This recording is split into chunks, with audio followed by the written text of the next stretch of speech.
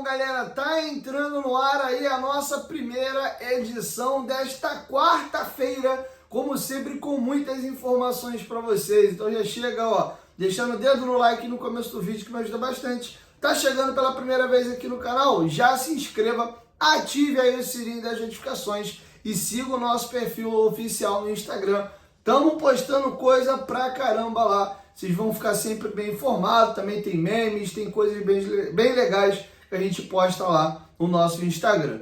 Beleza? E bom, galera, não custa nada lembrar vocês que o Brasileirão e a Libertadores e Copa do Brasil estão pausadas agora pela data FIFA, mas nós teremos jogos aí de seleção e os campeonatos europeus estão pegando fogo. Então você que gosta de apostas, vá na Betfair, tá? Se cadastrando, você ganha R$15 aí para fazer apostas grátis por 40 dias, totalizando aí R$600 em apostas grátis. Você também ganha direito a participar de 10 super preços, que são as promoções que eu sempre trago para vocês aqui no canal, e direito a 10 super cotações. Você vai lá e melhora as suas odds nas suas apostas aplicando a super cotação. E o mais importante da brincadeira toda é que você vai estar ajudando o Clube de Regatas Vasco da Gama se cadastrando na Betfair. A Betfair é a bet do Vascão e vascaíno aposta na Betfair, beleza? Betfair, parceira do canal Futebolaço. O link tá aqui, ó, na descrição do vídeo e no primeiro comentário fixado. E aí, Vascão pode contar contigo? Se cadastre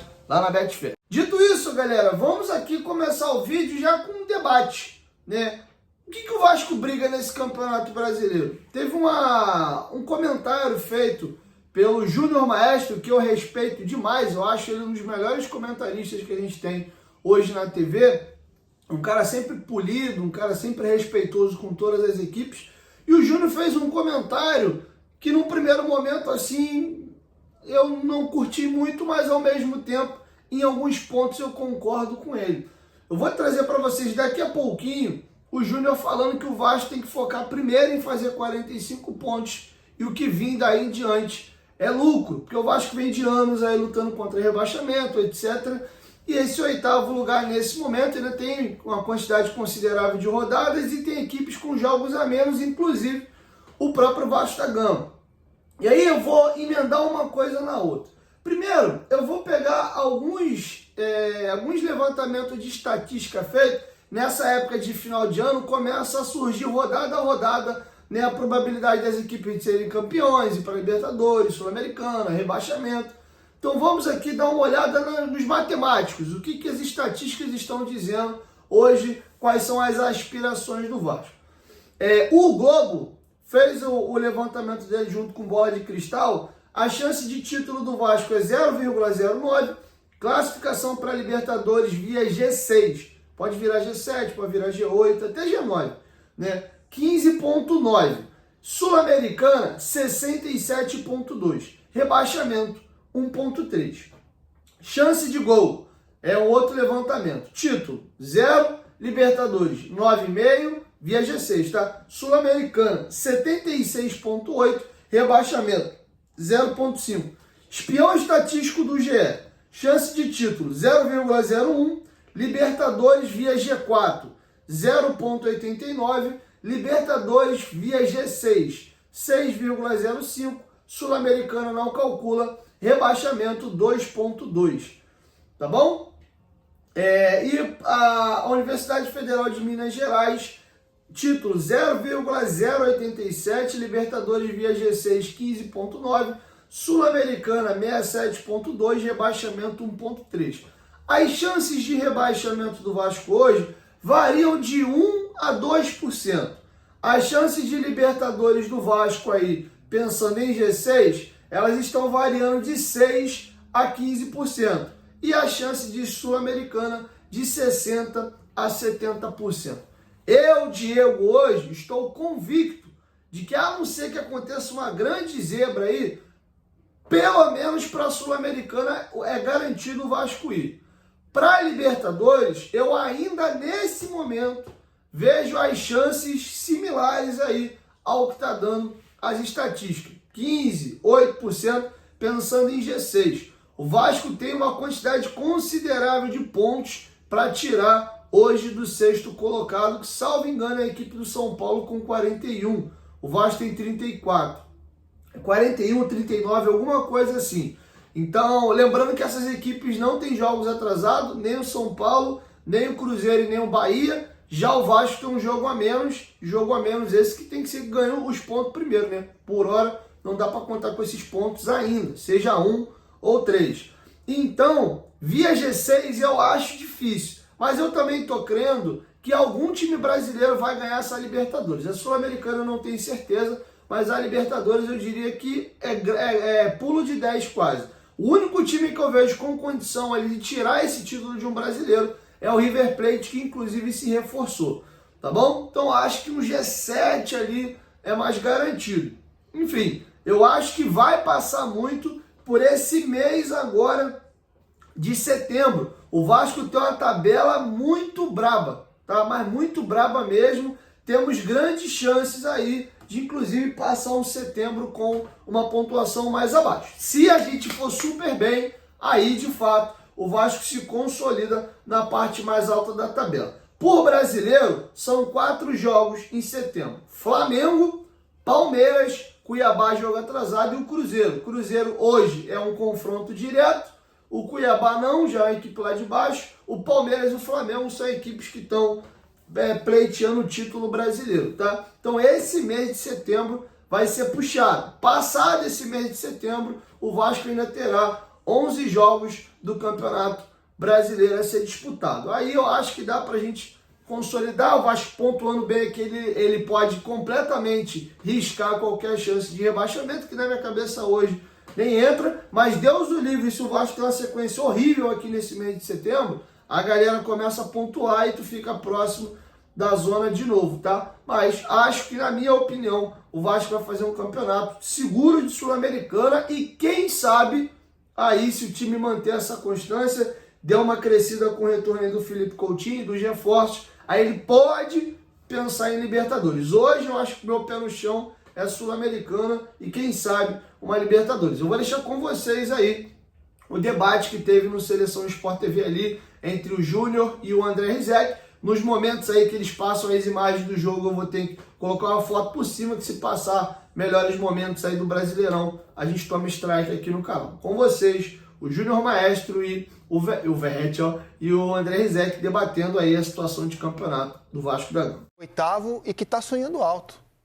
O Campeonato Brasileiro tem dado o direito, e a Copa do Brasil também, do Vasco sonhar alto, ou seja, com uma vaga na Libertadores do ano que vem. Ontem visitou o Vitória e venceu, Maestro.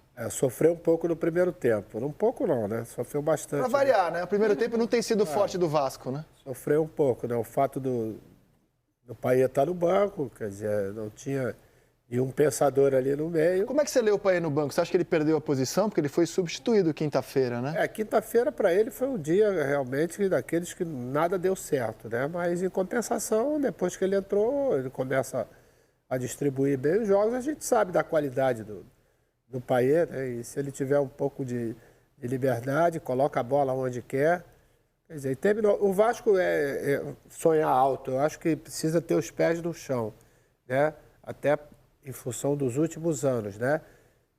Tem conseguido, né, alcançar as vitórias, como foi também na última quinta-feira com o Atlético Paranaense, mas precisa ter consciência daquilo, da capacidade do time. Entendeu, André? Não adianta querer pensar muito alto. Procura chegar primeiro aos 45 pontos e depois o que vier é lucro, né? Para evitar qualquer surpresa, porque nos últimos anos tudo que acontece no Vasco é sempre com muito sofrimento. É porque hoje a oitava posição já pode ser suficiente para jogar a Libertadores do ano que vem. Se um time que está acima dele ganhar a Libertadores e outro ganhar a Copa do Brasil, o Vasco hoje já estaria em zona de classificação para jogar o torneio sul-americano. O que para um time que nas últimas temporadas brigou só por permanência na Série A, quando na Série A esteve, já é um baita de um avanço, né? Não tem dúvida, né? O Paiva conseguiu, né, nesse período, dar um equilíbrio para o time, transmitir algumas coisas que talvez estivessem faltando para os outros treinadores, que é a falta de conhecimento, principalmente da base também. Quer dizer, alguns jogadores, né, no caso do João Vitor, né, independente do gol, o João Vitor se tornou titular. O Léo ia assim, mas o João Vitor se tornou titular em função das suas condições, né? Não somente da parte física, mas da parte técnica. Ele é um cara que já jogou de lateral direito, quando ocupa aquela posição ali também faz a sua parte e está junto com o Maicon, fazendo a dupla talvez que o Paiva estivesse esperando que tivesse, né? Opa, aí, ó. Quase fez meio campo. Ele é um cara diferenciado, mas precisa estar em ótima forma física também para poder dar a resposta. Eu acho que fisicamente ele estando bem, eu acho que dá exatamente para o que o Paiva quer, né? Jogadores de velocidade na frente, você tem um Verratti, que é um cara que te dá algo mais que muitas equipes. Um Verratti fazia muito cômodo, né? Porque ele é um cara, em certos momentos, que ele está ali e ele decide, né? Com a sua capacidade de finalização. Bom, galera, e aí? Quero te ouvir. Deixa a sua opinião aqui embaixo nos comentários se vocês concordam ou vocês discordam aí da opinião do Júnior Maestro.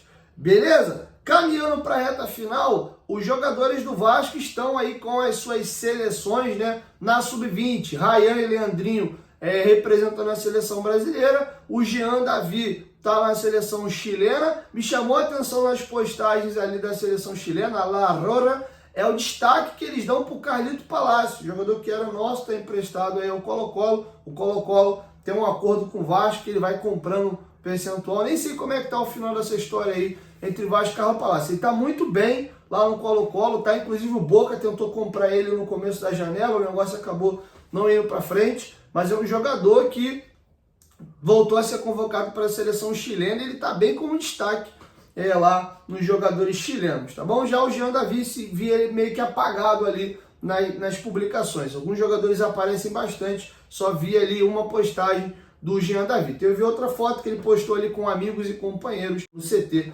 onde a seleção chilena está treinando. Beleza? O Pimenta Rodrigues também está aí com a seleção uruguaia. Bom, galera, então é isso. Assim a gente vai caminhando para a reta final da nossa primeira edição do dia. Quero te ouvir. Deixa a sua opinião aqui embaixo nos comentários sobre tudo que a gente discorreu nesse vídeo, tá bom? Logo mais aí, dependendo de como é que eu fique depois do exame, eu chego aí com a segunda edição, tá bom? Mais provável aí de eu fazer o vídeo para vocês já à noite, tá? Aí chego, tomo a sedação, aí fica mole, chego em casa, normalmente eu apago e durmo algumas horas, tá bom? Mas se eu não voltar hoje ainda, é pelo motivo do exame lá, tá? E aí eu volto amanhã. Mas é provável sim que eu consiga gravar a segunda e última edição do dia, beleza? 1, 2, 3, futebolaço, tamo junto, família. E qualquer hora eu volto aí com a segunda ou com a primeira edição de quinta-feira. Tamo junto.